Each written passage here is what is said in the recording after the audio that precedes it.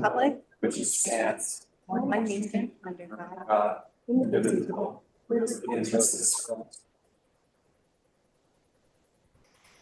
Great, welcome. It is October 13th, 5:32. This is a regular meeting of the Board of Trustees, and I'll call this meeting to order. Roll call, please. Trustee Robinson? Here. Here. Here. Here. George? Here. Harper? Here. Here. Great, thank you. All right, do we have any staff or board revisions to the agenda? Yes, so we'll be adding a special event application for the dog sleds. He asked if we could get it all together and we just didn't get it in the consent agenda. So this is for their race on January 10th, and this would be going into the consent agenda. And then we'll be pulling the cleaning contract from the consent agenda.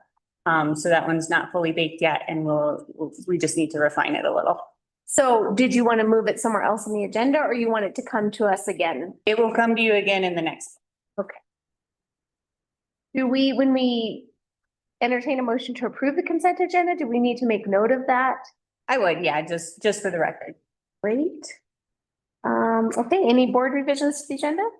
Additions, anything else out of the consent agenda? Okay, great. All right, we'll now move on to public comment. We'll start it with in-person public comment, and you can make a public comment, come to the podium. You have 3 minutes. And if you're online and you'd like to make a public comment, please click the raise hand button and we'll promote you to panelist. I now have a handy dandy timer, so that's very exciting. So if you'd like to make a public comment, we welcome you to do so now.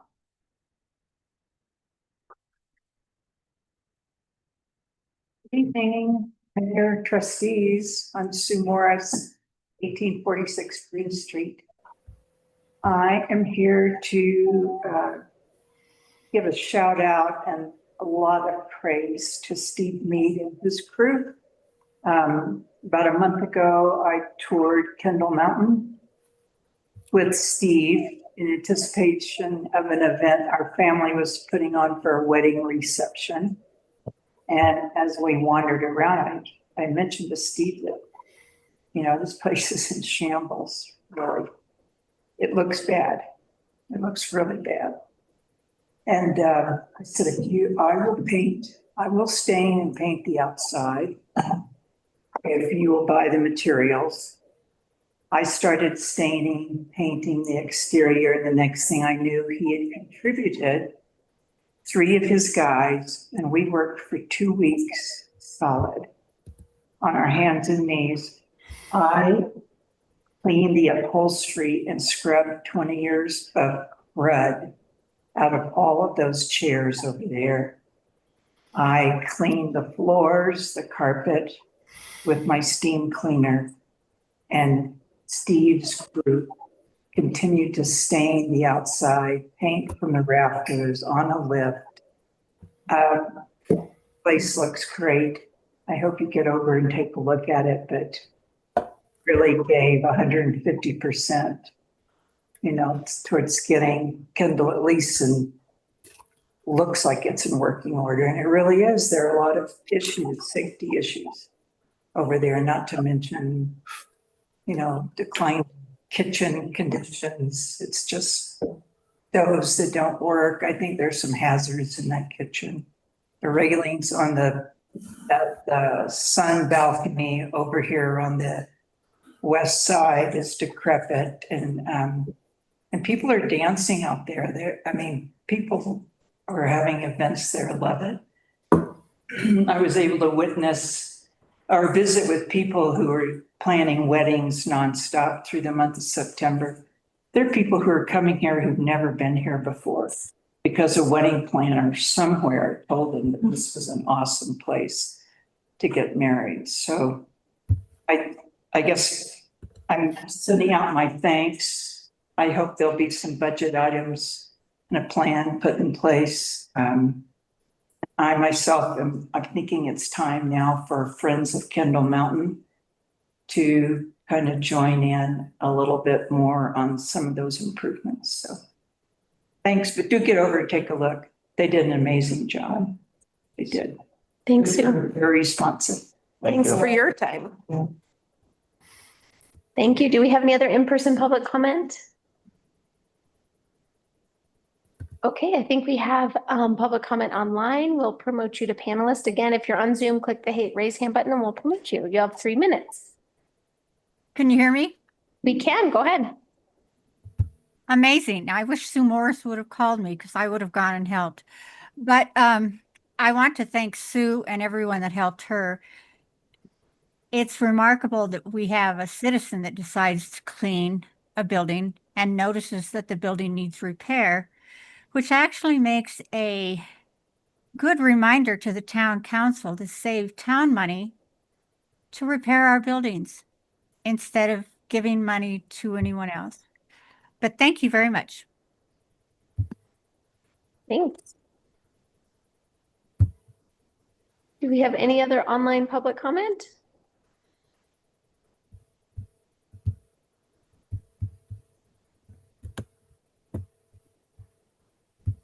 Okay, go ahead. Yeah, this is Greg Dubit with the Durango Dog Ranch. And I'm on the board of the Rocky Mountain Sled Dog Club. We're on the consent agenda. We run the dog sled trips at Bolus. And we're hoping for a lot of snow this year so we can host the race on January 10th and 11th. It's on the consent agenda, but just wanted to say thank you, Town of Silverton. We appreciate a place to host. It's a great spot to host a winter dog sled race, and really appreciate being able to operate up at Willis Lake on course. Thank you. Thanks, Greg. Mhm. Great. Do we have any other public comment on Zoom? Okay, seeing none, we'll close public comment and we'll move on to our consent agenda. And again, I'll note for the record that if and when we approve the consent agenda, we have added the dog sled event application and we have pulled the cleaning contract from the consent agenda. Are there any questions or comments on the consent agenda?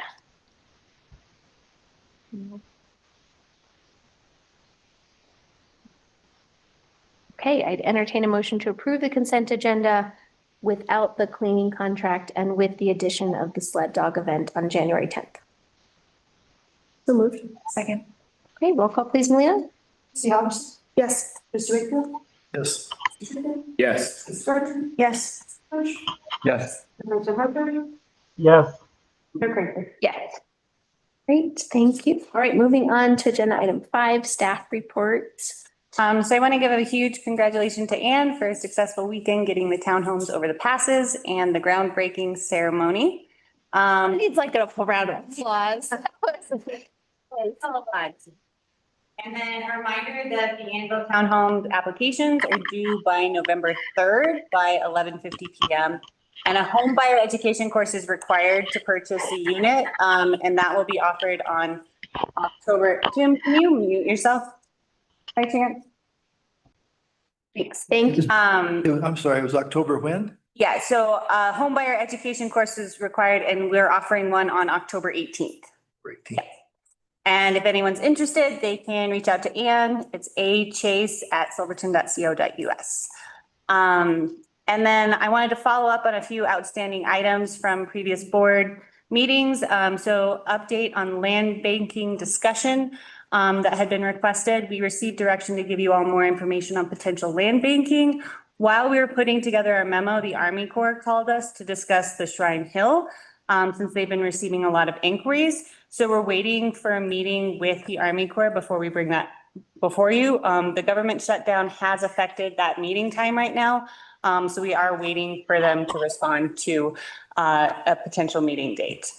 And then the Deer Deli Arrow Light that we had that discussion about has been postponed to the next meeting, even though I do see Megan here, but when they can actually be in attendance. So we'll have that on the 27th. And then I also updated you guys on noise levels taken at El Bandito. So they are within the state mandated code allowance. And so you have that documentation with you. And then finally, the commissioners are good with Monday, November 3rd at 5 p.m. for a joint town-county budget meeting. So you should have a calendar invite there. Thank you. Great. Welcome back, Gloria. Thank you.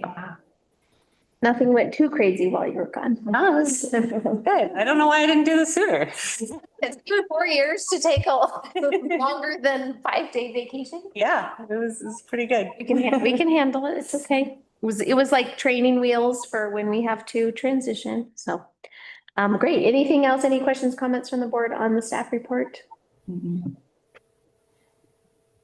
Not for me.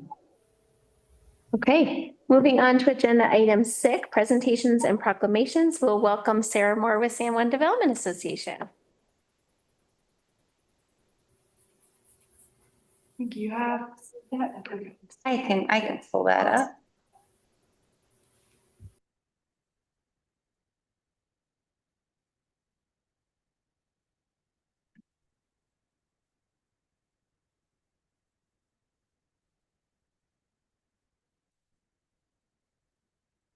While we're waiting for that, I did want to acknowledge Jim Loki here for the snowmobile contract. So Jim, you are approved. We've approved you. So, but if you have other stuff to comment on, please hang out. I'm good to go. You are good to go. Great. You were in the consent agenda, so you're welcome to stay, but I also wanted you to know that it didn't sound like there were any questions on the grooming contract, so we appreciate that work. Thank you. But we always love to have you with us. Getting there. There you go. Zoom out. I'm going to your presentation. There we go. There we go. There we go. Thank you. My name is Sarah Moore. I'm the director of San Juan Development Association, our local economic development nonprofit here in Silverton for the people who have not heard of us. And we are also in charge of the Silverton Main Street program as well. And today I'm just presenting just a few program updates for 2026 and just an overview of our current strategic plan. And just things that we're currently working on and will be working on in the near future. You can go to next slide. Just a quick background of San Juan Development Association. So we were incorporated in the late 90s, reestablished in 2015. A most recent project that we completed was the Martha Rose Affordable Housing Development that began in 2022. And then we also became a designated Main Street program in 2023 with the state of Colorado. And then I became the director end of January this year, 2025. Next slide. So just ongoing operations that San Juan Development tackles every day. One, we have quarterly one-on-one business trainings and workshops, including our Silverton Business Summit that happens usually at the end of April, right before the train starts. This past year, we had about 70 attendees there, and it was a really great event that we hope to continue to host each year. We are also spearheading, or we also have our small business loan program, which we offer local businesses in San Juan County up to $8,000 in small business loans. And that can include capital, operational funding, a few other items like inventory, marketing, business licensing, or anything that our loan committee sees fit. We're also spearheading the dark sky designation application here in Silverton, and we're also in charge of the Main Street program. So a few Main Street program items. Our Main Street program supports many different projects in our area, but supports our ongoing efforts to create a thriving, sustainable community. This is also inclusive for all of our businesses on Blair Street and Green Street. So our Main Street district is Green Street and Blair, not just Green. We have a 4-point approach for our Main Street program, which is economic vitality, design, promotion, and organization. Our current projects include our For the Seasons program to help beautify our downtown, our Silverton Year-Rounder program, and our Main Street program also offers free architectural assistance to all businesses in our downtown area. And this is offered by a state certified Colorado Main Street architect, which a lot of our brick and mortar businesses in town have used Larry Lucas. I'm sure you all have heard of him too. He's spoken at our business summit before, but currently we have 2 businesses going through his support process right now. And this can also be used by vacant buildings in our Main Street district, not just current businesses. So our first strategic plan, I also attached our strategic plan in the packet that kind of explains some different ideas for each point. But our first one is creating a cohesive and collaborative business community that supports the vibrancy of the historic core along Green and Blair Street.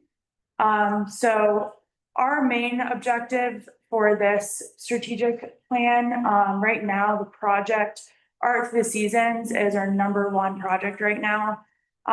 This really promotes our downtown area, especially during the off season and in the winter. Right now, we do have some buildings that are vacant year round that are using this program just to cover up their windows while they're being restored or just going through renovations. We have more and more businesses that are wanting to be a part of this program just because they want their windows to look a little bit better. In addition to Art of the Seasons, the Main Street program has also funded our barricade beautification project, where we purchase planters for our barricades. And we also were able to partner with AARP to purchase new ADA accessible tables for Anisi Park. So all the tables in Anisi Park right now are from Salem Development. You can go next slide. Our second strategic plan provide technical assistance and resources for businesses to support historic preservation and beautification of properties. This year, we developed a business resource guide that's accessible on our website. And this includes licensing for all new businesses looking to be a business in our area, current businesses that have to renew their licenses and liquor licenses. Lighting has also been put in there as well. And this is just kind of an evolving document that helps our businesses know what to do in our community, in our downtown area. Because there is a lot of steps for people to go through. And yeah, I think this is important for our businesses to have. I've also worked with Melina on this, making sure that not just brick and mortar businesses see this, but also people that purchase a business license with the town of Silverton. You can go to the next slide as well. Our third point is advocate for and support the implementation of streetscape, wayfinding, and beautification efforts in the historic core. So as you all know, we just completed our fundraiser for our town entryway signs, and we're hoping that this spearheads our initiative and just our energy towards more wayfinding in our area because we really need it. So hopefully this furthers our efforts to enhance navigation across town, especially by revisiting our 2017 wayfinding master plan. Next slide.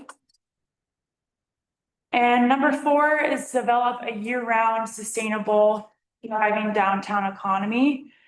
So this year we launched the Silverton Year-Rounder program to recognize brick and mortar businesses that operate at least 42 weeks throughout the year, roughly 9 months.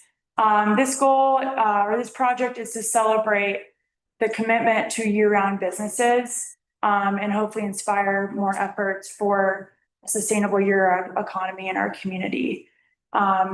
This was definitely copied through URA. URA has a great program, and their Main Street program has helped us further this project in Silverton too. Also, in addition to the strategic goal, we are just so excited that the Blair Street revitalization project is happening. And mostly just however the Main Street program can continue to support that.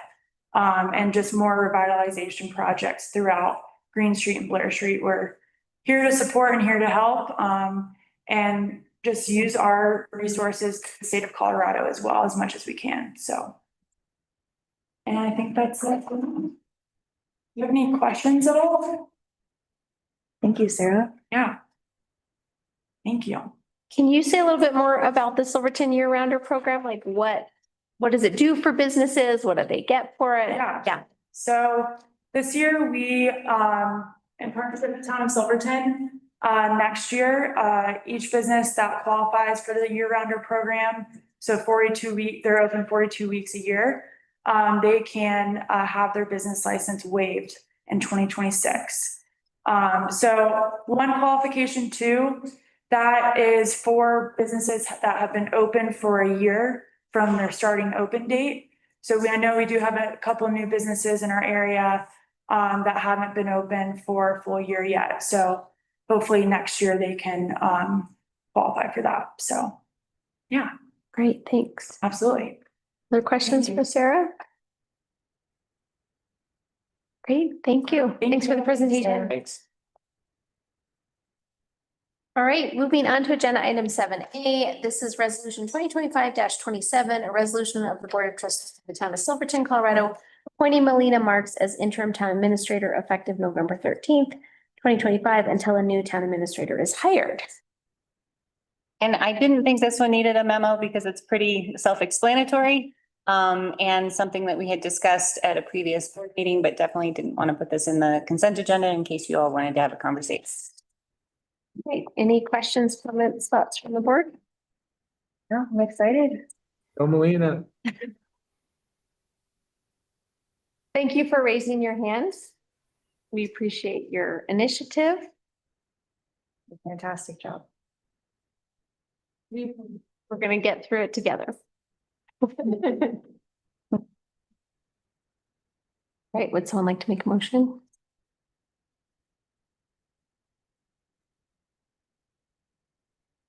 I'll make a motion to approve resolution 2025-27, a resolution of the Board of Trustees of Town of Silverton, Colorado, appointing Melina Marks as interim town administrator effective November 13th, 2025, until a new administrator is hired. Second. Great, roll call, please. Yes. Yes. Trustee Schnicker? Yes. Trustee Gardner? Yes. Trustee George? Yes. Person Parker? Absolutely, yes. Mayor Crankert? Yes. Great, thank you. All right, moving on to agenda item 7B. This is the second reading of ordinance 2025-12, an ordinance of the town of Silverton amending chapter 13, article 1, section 13-1-90, and chapter 11, article 2, section 11-2070 of the Silverton Municipal Code regarding the reimbursement for main extensions and system improvements. So again, this is the second reading. Were there any additional questions or comments from the board at this time? No, not for me. Okay, well, I would entertain a motion to approve the second reading of ordinance 2025-12, an ordinance of the town of Silverton amending chapter 13, article 1, section 13-1-90, and amending chapter 11, article 2, section 11-2-70 of the Silverton Municipal Code regarding the reimbursement for main extensions and system improvements. So moved. Great. Roll call, please, Melina.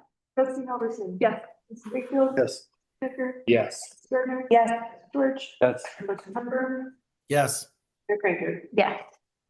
Great. All right, moving on to agenda item 8. This is the perimeter trail update under discussion and direction items. We are working on getting Steve Mead up to a panelist real quick. Great. Yes.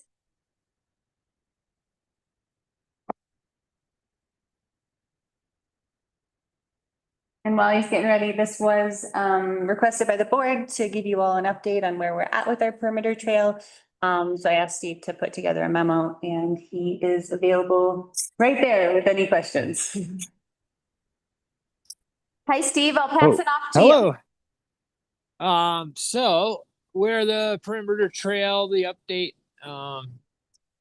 this is maybe repeating much of the memo or some of it, but so Lisa Adair has a thorough plan developed in AutoCAD, and I just had the one sheet scanned in for the packet, but we'll look to scan in the rest of it to create a full electronic document for your review in the near future. So Lucy Mulvihill is also now looped in and involved to provide support in implementation.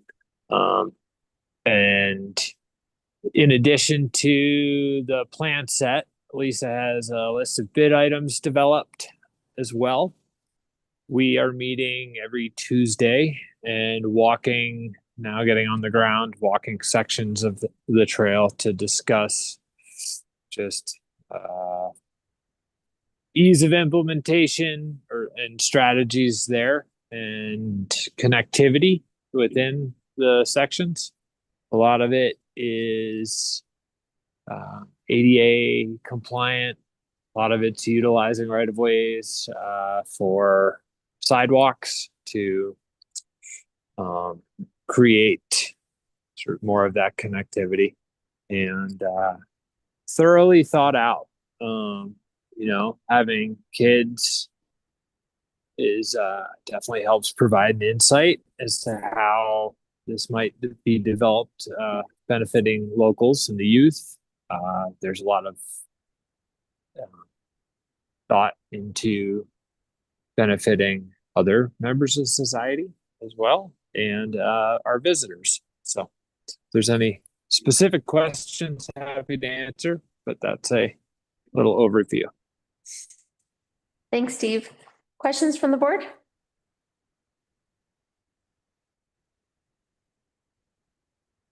Are you guys using the Animas River Corridor revitalization plan also, so that we're not doing anything twice, or maybe we can Right. use it as Yes. a guide in some areas if we're not positive on where to go? Yes, that's gonna kind of dovetail together. We've got the whole NERDS application in NRDS funds. Have a meeting with Laura Span coming up on the 16th and 20th, and looking to identify other grant sort of match opportunities for that NRDS funds. And then within that whole application for those funds, sort of this will essentially get to piggyback in some. So yeah. I think less of a question, but more of just something for us to all keep in mind is just, what I want to make sure that we remember is that we have $50,000 allocated for this work that the community voted on a couple of years ago. So making sure that that continues to get preserved and set aside. And then, opportunities that we can leverage the Conservation Trust Fund funding for this project. And then like Steve said, the NRD project, the initial part of that project will be more of the wetlands restoration, but then the kind of second part of that project is the recreation access and the trail access along the corridor. So making sure that, like Tyler said, yeah, they're just all connected. The things that come into my mind, Steve, that would be good to get an update on just in the future, or just to know that you and Lucy are working on them, is the easement piece, because I see that there are probably going to be some areas, or I hope you guys are kind of thinking through the areas where easements would need to be talked about.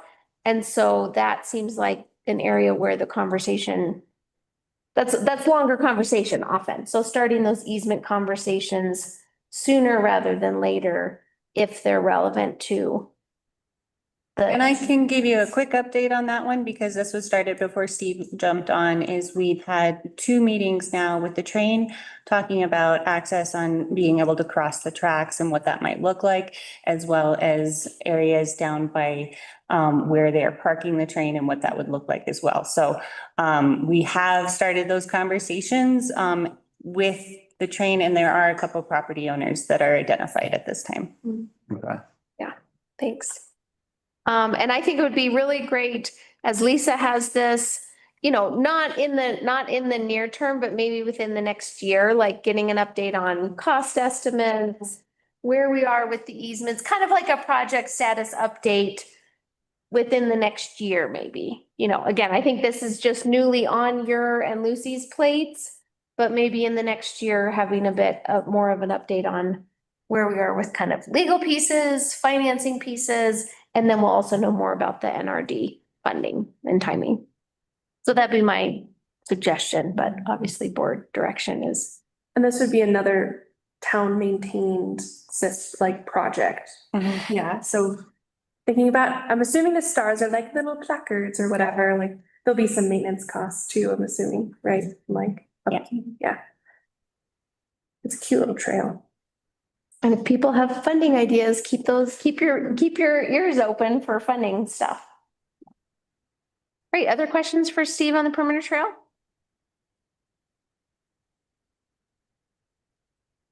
It's exciting. It's nice to see it mapped out. All right. Thanks, Steve. Appreciate it. All right, moving on to agenda item, 8B, draft budget notice. All right, so I got a little presentation for you. Love that.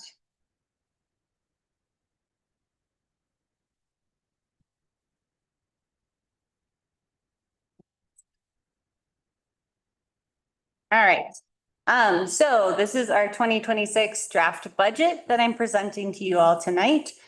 This is in line with state statutes. I have to present it before October 15th. So tonight, you'll give me staff direction on what to include or delete from the budget. And if more information is needed, you can direct me to bring it back on October 27th. I will then be meeting with the Finance Committee next Monday, where we will be reviewing contract requests, SFLC line item, and salmon development and other requests that have come in. And then we'll bring those recommendations to the October 27th meeting where we can finalize the budget and any outstanding items from tonight. We can vote on the 27th. And then we will have the town and county budget work session on November 3rd. So if there's any changes after that meeting, we can incorporate that into our public hearing, which is going to be on November 10th. And so that public hearing gives you time to digest any comments made by the public at that time. And the final adoption will be on, I think I said December 15th, but I think it's not, it's 9th. Yeah, December 9th. December 8th? December 8th. In our Yes. December 8th. That's just wrong on this side. So this is just a draft. This is increased where needed and flagging staff requests. Budget line items were presented live at the September 15th work session. If any public members or if you guys want to go back and review that at any time. And what I'm trying to do is present you a balanced budget so our revenues meet or exceed our expenditures. So since the last time we talked, for the general fund, we'll focus on the general fund. All of our funds are balanced as a whole, but looking at each individual fund and making sure that they're balanced. So the general fund is one of those. So as you can see, I put it like 2024 actuals, then I put 2025 budget, and then the 2025 prediction. So this means that while we budgeted in 2025, we either exceeded or didn't meet certain areas. We mostly exceeded in all areas, including expenditures. And then we have our 2026 draft budget. So it kind of gives you an idea of what this looks like. As you can see, our beginning fund balance was healthier at the end of 2020, or at the beginning or the end of 2024. How do I say that? Basically, our beginning fund balance for 2025 was higher than we predicted.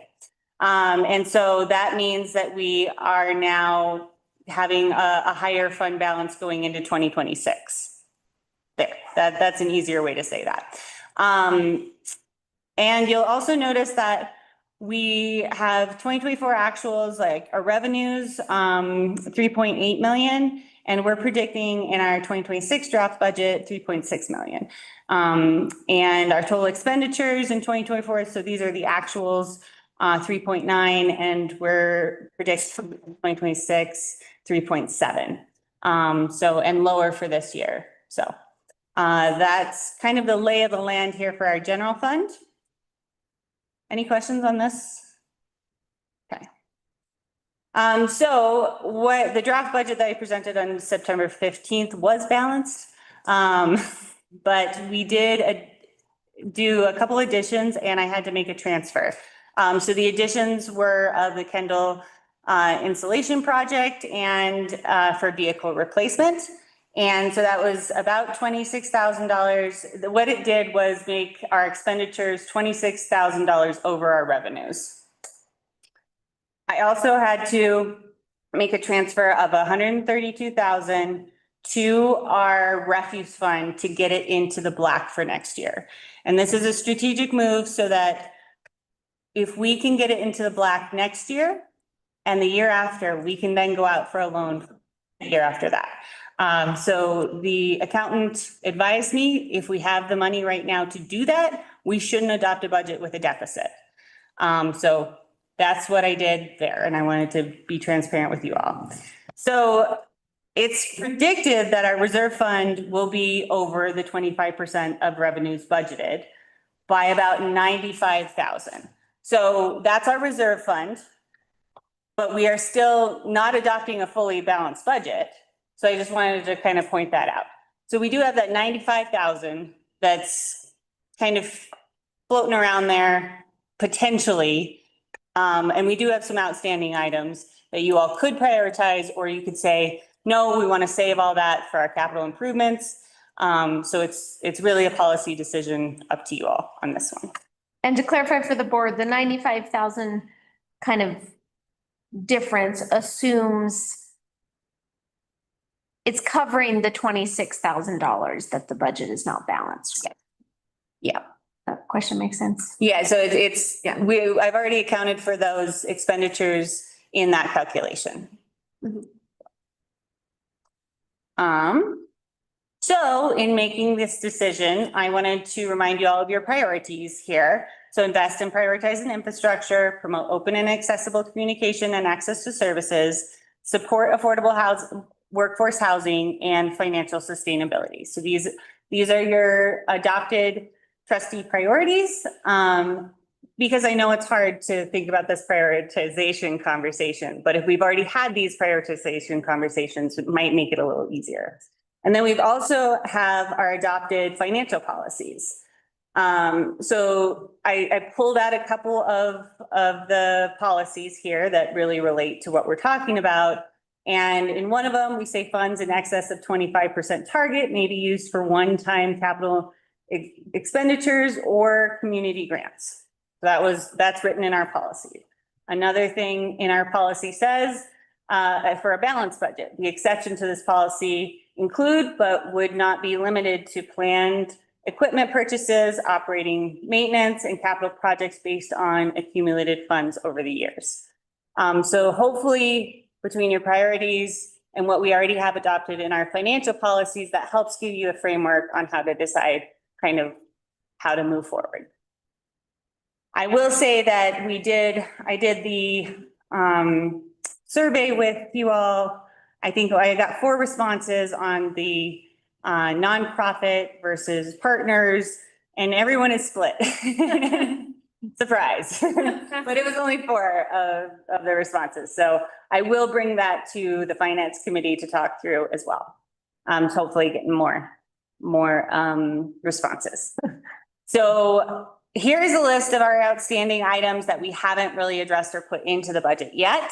And sorry, I tried to make it look less wordy, but I don't know how to do that. So COLA raises, we propose that there shouldn't be a money sign there, but 2.5% COLA raise. This would be an impact of about $23,000, 24. Department budget, so sheriff's department budget he did anticipate a small increase. I haven't seen that budget yet, but it will be presented to you all at the joint town county meeting. And then the fire department budget just got me one today, and it is the same as last year, so you can count on what's in your packet. And then partner organizations, we didn't decide on, and that's why I did the poll to you all. But we might just be split on some philosophies on that as well. So possible line items is for SFLC, San Juan Development Association requests, and any others that might be reaching out to me soon or after this process. And then chamber contract. So we did budget for the 30,000, but there was an additional ask of 15,000, which would include an EC Park attendant in July. I do anticipate the chamber to be giving you all a presentation with their numbers like they do every year, but realizing that Deanne is out at this time. And then pending calculations, this is more of a reminder to me of the Social Security and unemployment. That's not going to be a huge hit on your budget. I just have to do that calculation before I adopt this. And then pay adjustments. So I had recommended pay adjustments for the clerk and community development director. That would total about 29,000 impact on the budget. And there's a request for a new position, FPR manager. The total amount would be 78,000, but the budget impact would be 53 because we would reduce the part-time line item by 25,000. And then groomer financing. So I don't know if you guys are familiar with how we've done our groomers in the past, but we work closely with the Snowmobile Club. They actually get a state grant to purchase a groomer, and then they run it for a couple years, and then we purchase that groomer from them usually. And they do have one for sale right now. We are trying to offload our current groomer, but have been unsuccessful right now getting rid of it. So we even tried to give it to farmers in Nebraska. What's it worth? It's like 30. We were trying to get 27 for it. $27,000 for the groomer. I thought that thing was like $250,000 5 years ago. Oh, they are. They depreciate really fast. I mean, Silverton Medical Rescue could use a groomer. Yeah. Yeah. I mean, we could set it back between us for 9 at this point, so we are looking at other options right now on what. And 5. But We're going to auction. I know. so those are some of the outstanding items, and if I missed any, please tell me. I think I covered what was in my memo, but if you had any that you wanted to add to this, we can discuss those as well. Okay, keep going. So in regards to the general fund, the question is, how does the board want to prioritize excess funds? This is estimated at 95,000. You could give me direction on outstanding items. You could save for capital improvements and potential grant matches or other. It's really up to you all on how we spend those funds or save those funds.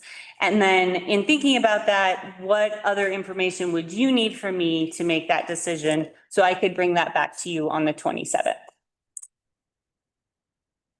And then I do have more slides. I can keep going if you want to just chew on that, or we can have that discussion. What's the board's preference? Do you want to have that conversation now or keep going through the slides and then circle back? What are the rest of the slides and the rest of the funds? Okay. I think that we should save the majority of it for capital improvements. I agree with Have that. a vote for capital improvements. I agree with Tyler. Walking back through the atrium again today. I'm just listening to Sue Morris tonight at the podium. Does that not include the COLA conversations for right now? No, that would include Okay. all the outstanding items. Yeah, so I died on this hill last year and I'll die on it again about the COLA raises. I just these are cost of living increases. Essentially, without the increase, we are paying our people less. And that is just not a financially What was, sustainable model. Yeah, because it's actually 2.7% and 2.5. Right. Yeah, it's crazy. So I wanted staff retention. It costs more to hire more people. It just kind of gives a value of our employees here. So and that was 27, Gloria, let's go. I think the board would like to have the discussion about on the general fund piece. And so why don't we move back to your list of items? That's great. Thank you. So 23,000. Oh, 23, Mhm. okay. Yeah, I'm in support of COLA raises. I had one thought on this. We kind of have two ways we can think about staff retention here because we have two staff items on this list. One is kind of pay adjustments for certain positions and the other is COLA raises. And I know the finance committee kicked back the compensation study and definitely wanted more robust comparisons. Regardless of that and what we ultimately will get, and I think we'll get a product that will serve the board long-term, I think it is quite possible that those two positions are potentially undervalued. And those are super important positions that if we don't continue staff retention in those positions, I could see us being particularly vulnerable for some important projects. And so there kind of could be two ways of thinking about this. There could be equalizing those positions because they haven't quite been treated the same as some of our other positions on our line items and not do the COLA raises, or do the COLA raises and not address those, or prioritize both. I do know that unfortunately at the Region 9 meeting and elsewhere and from the public health world, like there are people that are cutting departments and cutting positions and, you know, communities that are definitely not even doing COLA and on top of that are having reduction in force. So I think it would be interesting for the board to have the conversation around if we're thinking about staff retention, which way would we want to focus it? And it's hard to have those prioritization conversations, but just a thought. I mean, I'd be curious what the compensation study says. I think giving a COLA raise though across the board is best, like that is like equal across the team versus some individuals who totally might have been undercompensated, but I don't think that's like necessarily a fair policy for staff management. Also, like, you know, I know we got an email about what URA is doing, but I just like to point out we're actually like in not a bad spot. Right, and that was your Also- county. Yes. Yeah. URA already pays, I mean, we're not Yeah. competitive, Yeah. right? No, I know we're not competitive, you're right. I'm just trying to say, like, to your point of we cut a lot last year so that we didn't have to cut departments, right? Like got the house in order, so we wouldn't have to have that conversation. I think it's important. I don't know. I'll just. I would personally advocate for COLA and adjusting based on the compensation study. And we will, Gloria will, so more information maybe that the board needs on the staff perspective is we'll be getting the compensation study at the finance committee meeting. Is that right? Yes. Yep. Are we gonna be able to use it? Time, you mean? Well, I hope that. Content or timeliness, Tyler? Both, okay, yeah. The content was lacking. So the excess amount that we can spend was it 90? It's around 95,000. Okay, so if we do include COLA and the raises, that doesn't leave us with too much room for other things. Correct. Just wanna. Correct. And also like the preschool, they're requesting about what, $40,000 or? That's all, that's, That's this year. Don't share is 40,000, but they are going, they are hoping for a line item. Right, so they're gonna go to the finance committee on Monday and give a proposal for that. So like, you don't have to make all the decisions right now. If that's more information that you'll need coming up, that's fine too. Right. I just want to make sure in the October 27th meeting, I get you guys to a decision point. Yep. And so give you all the information that you need.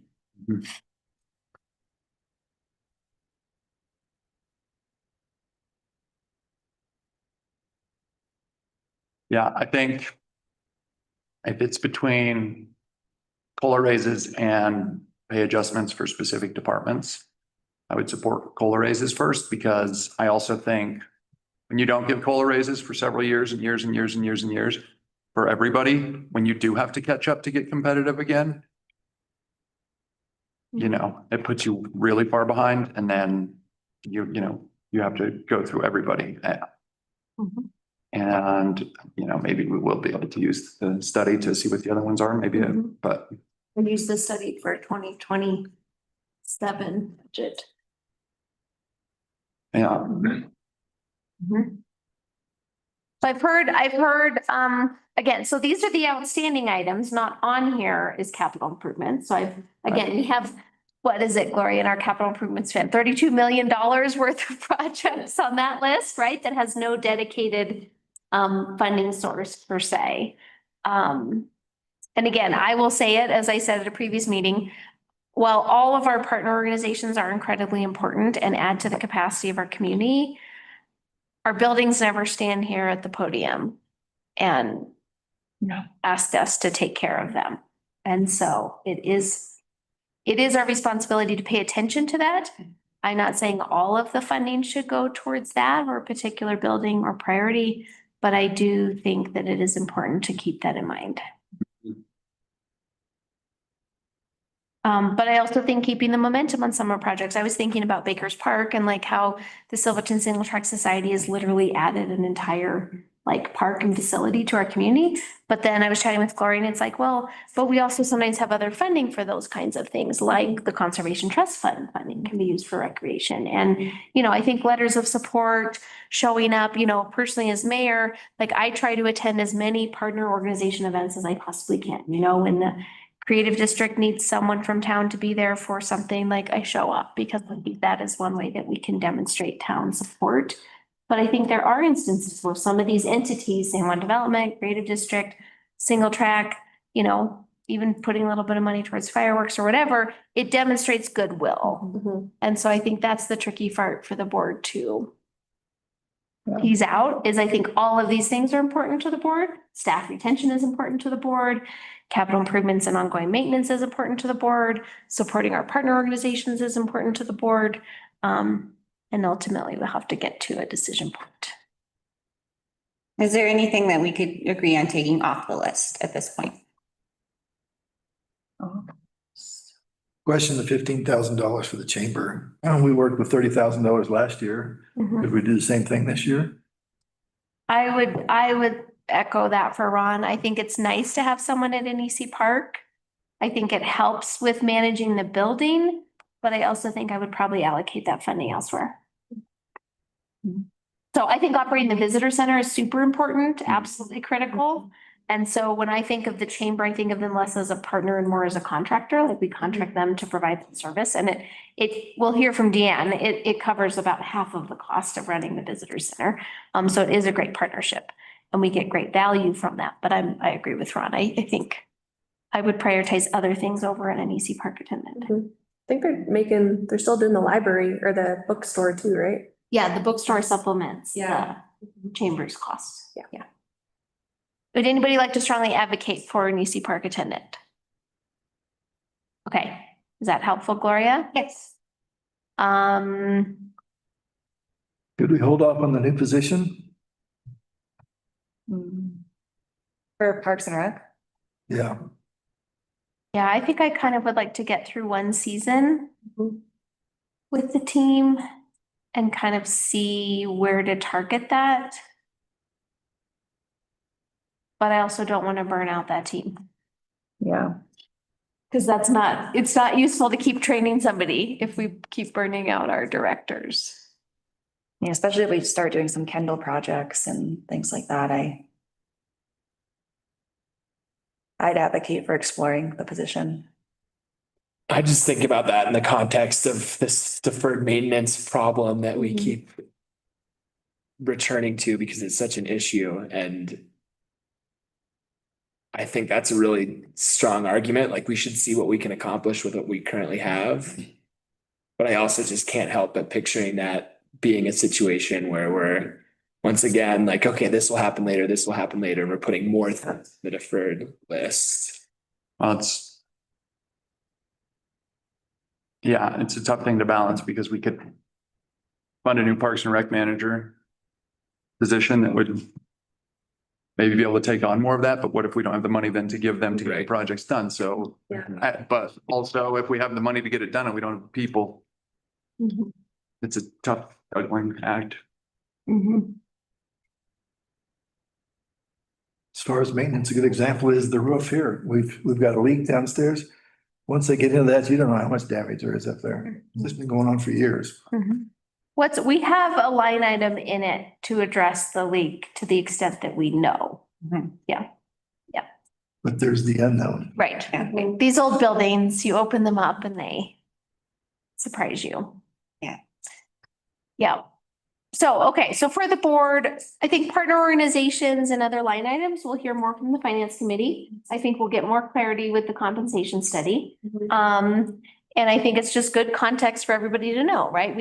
And again, we aren't actually passing a balanced budget. We're about $30,000 different, but again, I think we're always kind of aiming for what we think is accurate. One thing for the board to remember is that the finance committee recommended a higher revenue projection. And so previously we had a bit more cushion because we were projecting our revenues probably a little low. And the finance committee said, no, let's project it higher because then we have money to spend. I think we've had pretty decent numbers this summer, but you also don't know what that looks like into the future. So I think we're within kind of that wiggle room and then the board will really need to decide on this. I think the groomer it's a decently important line item there as well. And our financial policy says that you can, for equipment purchases, that we could make that exception. So does the board want any more information on the position? Like if you knew that the FPR position would tackle X things on the capital improvement project, would that give you more information? Or is there anything else on there that you want to know more information to make the decision in October? I mean, that could be helpful, more details on the position and what it would entail. Okay. Yeah. I just know they've been understaffed for a long time and it's a position that people get burned out on. So, and I would advocate for that. Mm-hmm. Every time we have turnover at the, it's inefficient. Yep. Anything else from the board that you need to know? Okay. Or anything else you wanted to add or suggest before we move on to the other funds? No, just I will take off the additional 15 for the chamber as a consideration and give you more information on the partner organizations and the new position and what that would be, and then the compensation study as well. So that'll all be coming back to you on the 27th. Great. You know what? I actually do have a question with the Kendall roof. I would be curious the timeline for that, because if that's $145,000 budget line item, then we need to start saving. Like, if that's one of the top capital improvement needs on the list, or maybe it wasn't on the list, that's a decent line item amount we need to save for. I don't think it was on the list. The Kendall roof. It wasn't part of the capital Was it? improvements list? Oh, I thought it was. Yep, and schedule for next year. That's Also, yeah, memo. it's also something that I feel like the number is something that might be attainable. We say some this year And and then have next year. some next year. Yeah, okay. And hopefully it won't be double that next year, but. We love inflation. Well, the next funds are a little easier to get to because they are balanced. So I've increased the general fund transfer to the library back up to 130,000. We reduced it last year by 20,000 because the library fund had an ending fund balance, but technically it is all coming from the general fund. So if they had any requests, they would just ask the general fund. So we did that to kind of balance that fund. And then we did put a 2.5 COLA raise for the library director as she does not utilize the town insurance, which increased by 14%. So that was included in there. Oh, question. The general fund budget did include the health insurance increase, right? Yes, the general fund budget did include, the mandatory increase of 14%. It was 14, Crazy. or did it get down again? Well, comes out to 14 Okay. after what it already was. It was technically only 11 and a half. Okay. Increase from last year, but it comes out to 14. Okay. And then outstanding, we had the ADA ramp funds, and actually we just received word that that grant was extended. So we have some time next year to figure out the details with the historic building. So that's good news there. For Mullis Lake Park Fund, we had the administrative fee increase due to the new calculations. This is probably the only one that actually increased. Well, actually, no, the refuse increased as well, which we had to supplement with a transfer back over. So just so you know how that worked. Staff request was renewing the management contract with the Gensco for another year. And Jennifer would like to hire more help for 2026. She's also taken on all of the reservations, so they're not coming to town hall anymore. And an interesting thing here is we're negotiating her a new contract. And that'll come before the finance committee on Monday, and then before you all on the 27th. And then possible additional funds required for ditch work. We're still evaluating that. And then there was a miscalculation in the capital improvements for additional vault toilet. It needs to be amended to 130,000, not 30,000. Oh, Yeah, that is not a fun way to spend 130,000. it is really not, is it? My little shed. That is. I'll do it for 30,000. I think it's 28 or 29. Oh, But we were looking that at is that. so not fun. I know. There was a 1 missing in there. Cemetery fund, staff request, and this is included in the draft. The Historic Society is requesting 30,000 from the cemetery fund for grave repair. This is actually for a $200,000 project. So this is to get that 20% of the total estimate repair need. I don't know why there's so many money signs in this, but yes, a lot of money signs. So funny. Just so Excited about my money signs. show us the money, Gloria. So they would be contributing, the Historic Society would be contributing 10,000 for that. So the total match would be that 20%. And they would help write the grant to get those repairs done. That'd be great. And we do have ending fund balance that would support that in the cemetery fund. All right, water fund. So we put 125,000 budgeted for water meters to start the project. This would be a 3-year project plan, and we're still needing to bring that project plan to the utility committee. We are testing one of the meters right now to see if it's something that we want to do, or if that's the company we want to go with.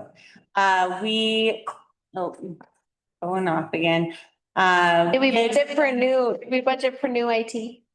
Yeah, we did actually. $50,000. So in the water fund, we did ask for 50,000 for potential water resiliency plan, and 20,000 if we spend it this year on the development standards rewrite. SGM has been helping facilitate the sewer project, the sewer relining project. So we're stretching them a little thin, asking them for development standards as well right now. So we might not get it accomplished this year. John, can you speak a little bit more to the water resiliency planning? Is this a plan, or is this to purchase more water rights, or Well, we can't talk about it? no, we can talk about it. And actually, I'm glad you asked about it.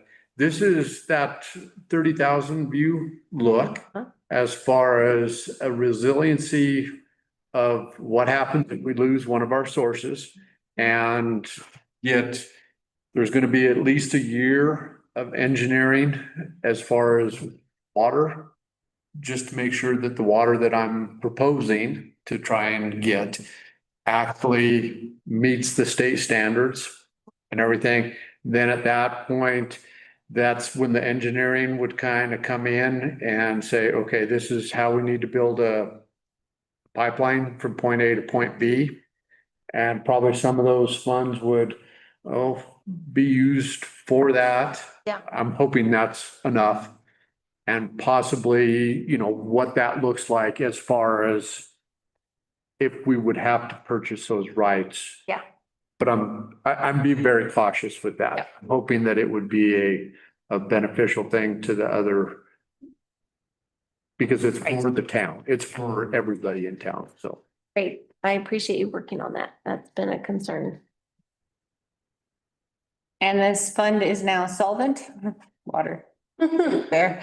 So we're excited about being able to plan for some new capital improvement projects, greatly needed.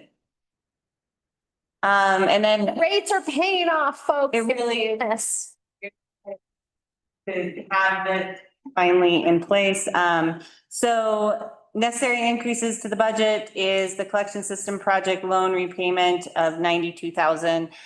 So this is for our loan portion of our USDA loan grant. And then we also put in 40,000 for the wastewater treatment plant second engineering. Basically, it's our second opinion. And this was discussed at the utility committee. Then we also had a staff request. This is 20,000 for the development standards. So we've split it between the two funds if we don't get it done this year.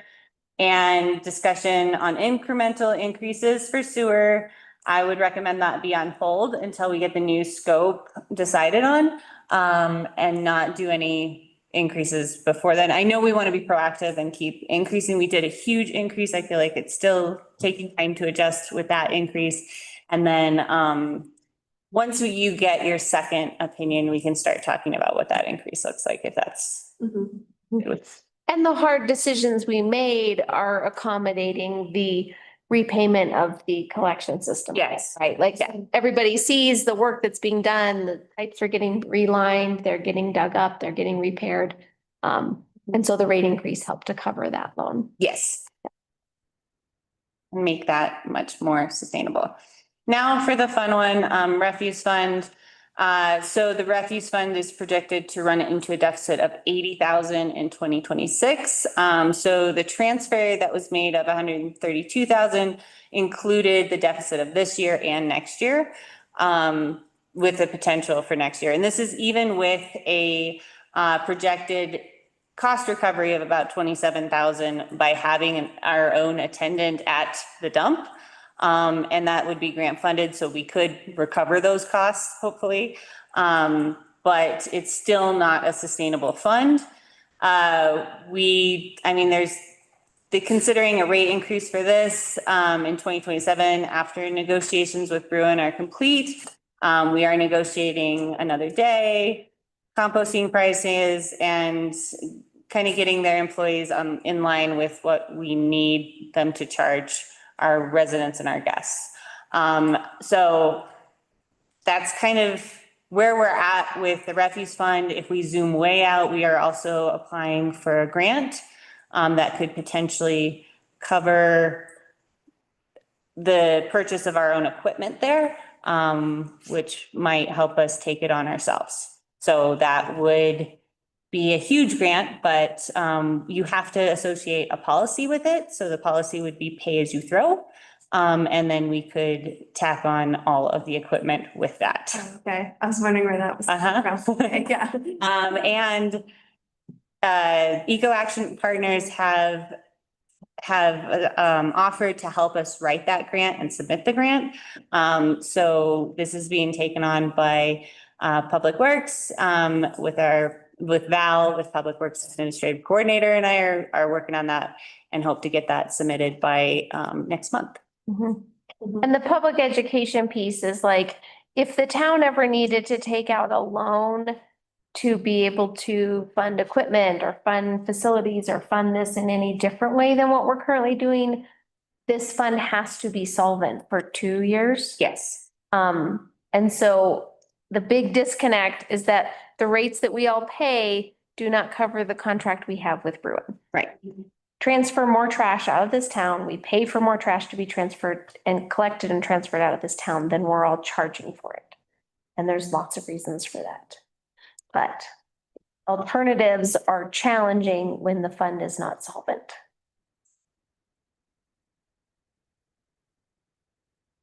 So we have a lot of investment next year into the refuse fund, not just the transfer, but also the 2 grants that are coming in and hopefully helping out with attendant there and all of the improvements that we'll have, like security cameras, a new little shack, a truck, and recycling cans. So we are putting an investment into this and hopefully we'll see some results from that. Like a pilot program. Yeah. It's grant funded pilot. The best. Came out of the Wildlife Coalition by the way. Yeah. Thank you, Gloria. And that is all I have here. So no action needs to be taken tonight on the draft budget unless there's direction for me. Any other opinions? Jim, I realized I didn't call on you earlier, but did you want to share anything further about the budget prioritization or any of the other funds? No, ma'am. I just look forward to our finance committee meeting Gonna be fun. to discuss further. Great. I will say this one thing. If we are going to deny the increase for the $15,000 for the Chamber of Commerce, should we still ask Deanne to present? Or do we ask her, hey, we've already made this decision before your presentation, so don't worry about coming in. Thanks for that, Jim. Thoughts from the board? Maybe we just ask Deanne Sure.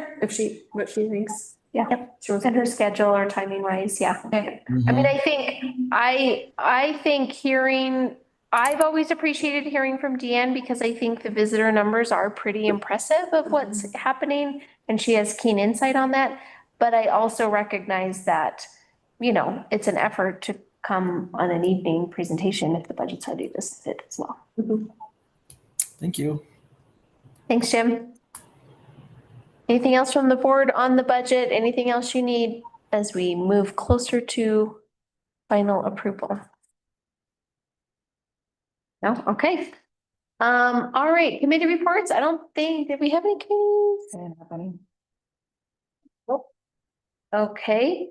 Open discussion, future agenda items. I know we mentioned staff reports, but I just wanted to give a huge shout out to Ann Chase for all of her efforts for getting us. We're not built yet. We're still got ways to go, but just so much effort on the Silverton Housing Authority Board. All the people that have participated in the process and Ann really never taking no for an answer. And also to Gloria, without you, with the annexation, with all of the grant pursuits, with deciding to set up a housing authority, none of this would have ever happened. And so I just wanted to give a shout out to those staff members and a thank you to this board for taking on that role and prioritizing housing so diligently. And then I also wanted to put a call out to the community, tap into your professional networks or anyone else who is interested or qualified. The position for the town administrator is open and it's posted on the town website. So check it out. It's under employment and share it broadly. Again, we're working through KRW Associates, the recruiter. So all of the information for how to apply and qualifications is listed on their website and can be found on the town's website. So share it around. I know all of you are great people and know great people. So we need a really great person. Then the last sunshine report I have is invite everybody out to a home basketball game, middle school basketball game on, wait, let me get it right. It's going to be Thursday, the 23rd, starting at 4 p.m. It's going to be at the Silverton Gym. The kids will be wearing Uray jerseys because we do play with Uray. But it'll be a home game and it'll be exciting to have the gym open and rocking. So bring out your Silverton gear and come on over to the school gym on the 23rd at 4 p.m. for a home basketball. Who are they playing? They are playing, I think Delora. Dolores? All right. Yeah. Oh. So come on out. It'll be fun time. That's all the announcements I had. Anybody else? I don't have an announcement, just a request to schedule maybe a committee meeting in the near future. Just with Steve and Parks and Rec, we just haven't really had one in quite some time, just for an update of how things are going. Maybe. I think he reached out to you all. You might want to check your email because he was trying to get a date set. Okay. Today? Yes. Okay. I don't know if it was today. It was, It was last week. yeah, He's the request still. That'd be great. Take a look. but I will reach out to him if you didn't get that one. Other announcements for the good of the order? We settled on a public utilities committee meeting. Were we able to do that before budgets like finalized or? I don't think we have done that. We are waiting on the results of the test meter. Oh, yeah. So once we have that, we will reach out and schedule that. Yeah. Oh, I did have a committee update, actually, and this was something I did want to bring to the board. I went to the Region 9 meeting a week or two ago, and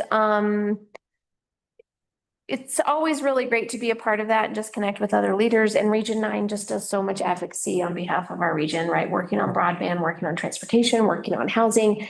And one thing that came up was Senator Hickenlooper and Senator Bennett's representatives were there, and Shaq Powers was presenting on the broadband stuff. And it's just pretty clear that it was some of the funding for broadband. Municipalities and regions like ours are kind of getting hit with some of that money not being released. Like there was something to the effect of like $5 million been allocated, but they were only releasing like 2.5 million. And so Shaq was putting the appeal out to communities, like if you wanted to submit a letter to our representatives, then that helps kind of tell the story of why that broadband funding is so important for redundancy for communities like ours. Because again, it's not always it's not cost effective for these individual companies to put in redundancy or to put in, lines all the way to us. And so you really need like intergovernmental or regional approaches to this. So I just want to see if the board was at all interested in maybe including consent agenda, a letter to our representatives saying like, hey, fiber redundancy is super important for our community. Yes, please spend the money. So any thoughts, concerns? Should we give him the story of last year's planning commission? Some service. I mean, obviously that was all bad, but like stopped government functioning. Yeah. And we don't have redundancy. Yes. So maybe I could work with Gloria on drafting that, and then maybe Lindsay, you could add the anecdote, would be great. Running around town, trying to figure it out. Exactly. Redundancy. Yeah, so Region 9 really, again, they're doing a lot of great work for the community, for the region. Okay, anything else? All right, we're now on agenda item 11, public comment. We have nobody in person. Is there anybody online that would like to make a public comment? Raise hand button and we will approach you.